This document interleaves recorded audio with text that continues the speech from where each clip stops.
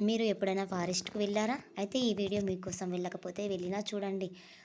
రాము, చందు అనే ఇద్దరు ఫ్రెండ్స్ ఉంటారు. వారు ఫారెస్ట్‌కి వెళ్ళాలని అనుకుంటారు. ఫారెస్ట్‌లో చాలా వింత రకాలైన జంతువులు ఉంటాయని రాము, చందుకు వాళ్ళ టీచర్ క్లాస్‌లో చెప్తూ ఉండగా విన్నారు.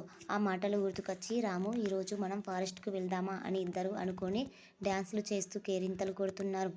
ఒకరోజు ఉదయం కాగానే వాళ్ళిద్దరూ లేచి రెడీ అయ్యి ఇక ఫారెస్ట్‌కి వెళ్దామని అనుకున్నారు. ఫారెస్ట్‌కు బయలుదేరారు. ఆ ఫారెస్ట్ చాలా చీకటిగా ఉంది. మార్నింగ్ అయ్యేసరికి వాళ్ళు ఫారెస్ట్‌కు చేరుకున్నారు. ఆ ఫారెస్ట్‌లో వాళ్ళు చాలా కేరింతలు కొడుతూ, డ్యాన్స్ చేస్తూ అటు ఇటు తిరుగుతున్నారు. ఇంకా చాలా సంతోషంగా ఉన్నారు. ఆ ఫారెస్ట్ ఒక సైడు భయంకరంగా కనిపిస్తుంది. చీకటిగా ఉంది. ఆ చీకటిలో నుంచి ఏదో వస్తున్నట్టు శబ్దం వాళ్ళకు వినిపించింది. అది ఏంటో తెలుసా? బియర్ అండి. ఆ బియర్ చాలా గంభీరంగా ఉండేసరికి రాముకు, చందుకు భయం వేసి పరిగెత్తుతున్నారు. అది ఇంకా కాస్త ముందుకొచ్చేసింది. బియర్ సౌండ్ వినిపిస్తున్న కొద్దీ వాళ్లకు చాలా భయమేసింది. వాళ్ళు ఒక చెట్టు పైకి ఎక్కాలని చూశారు.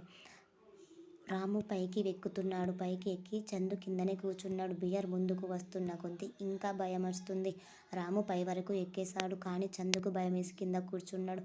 అప్పుడు అక్కడికి బియర్ అతని దగ్గర వచ్చి చూస్తుంది.